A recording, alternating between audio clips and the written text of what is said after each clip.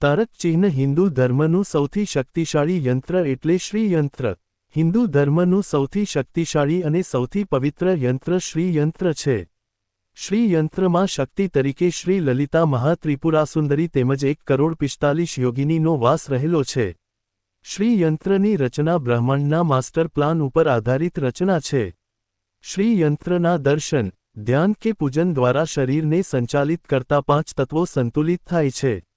મેરુ પૃષ્ઠ શ્રી યંત્રમાં 9 ત્રિકોણની ઊંચાઈ 1.618 એટલે કે પાઈ અને તેમાં ખૂણા 51.7 ડિગ્રી મુજબ ગોઠવેલ હોય છે, જેને ગોલ્ડન રેશિયો પણ કહેવાય છે.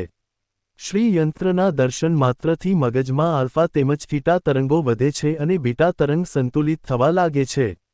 ડાબા તેમજ જમણા મગજ વચ્ચે સંતુલન થવાથી તણાવ ઘટે છે, યાદ શક્તિ વધે છે, લાગણી ઉપર નિયંત્રણ આવે છે, એકાગ્રતા વધે છે અને ઝડપી નિર્ણય લઈ શકાય